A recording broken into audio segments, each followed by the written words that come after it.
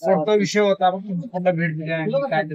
हो, कोविडच्या कालावधीमध्ये पंढरपूरचं मंदिर लोकांना दर्शनासाठी भाविकांना उघडावं म्हणून असणारे आम्ही आंदोलन केलं होतं. आंदोलन करत असताना नियम सगळे आम्ही पाळले होते, तरीही पोलिसांनी आमच्यावरती केस केली आणि आज त्याची तारीख कोर्टाने पुढच्या तारखेपर्यंत कारवाई काही झाली नाही. तर एव्हिडन्स जी आहे ते करायला सुरुवात केली. आम्ही असं हे करणार आहोत की त्या पद्धतीने आली तर त्या पद्धतीने चालू. आमचा पहिला विटनेस जो असेल तो नरेंद्र मोदीचा असणार. सगळा तिथूनच सुरुवात होते आमच्या केसची.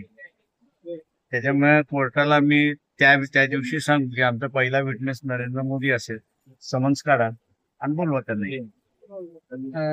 जेव्हा कोरोना संपला त्यानंतर शासनाने अनेक गुन्हे दाखल केले, ते रद्द केले, आंदोलन केलेले जमावून केले. हे क्रायटेरिया आपल्या आंदोलनाला लावण्यात आला नाही, त्याबद्दल नाही लावलं. सरकार आहे, आपण त्याच्यावरती कॉमेंट करायचं. त्यांनी चालू ठेवलं.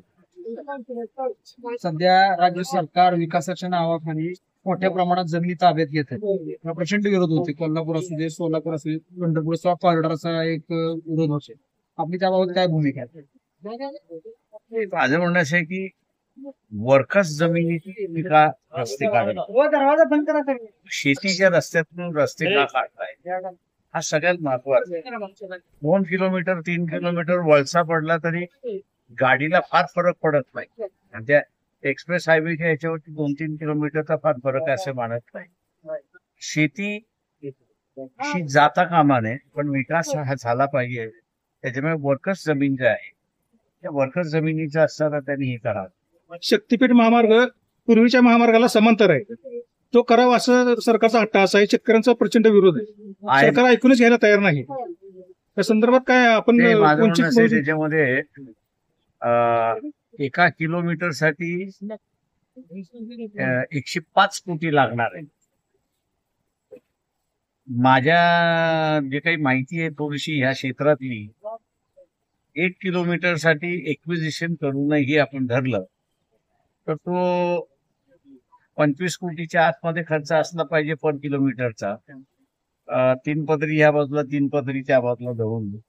त्याच्यामुळे असं एवढं सरकार का पुश करतंय हे तुमच्या लक्षात येईल. आगामी निवडणुकाबाबत काय वंचित आघाडीची अजून आमची भूमिका नाही. आम्ही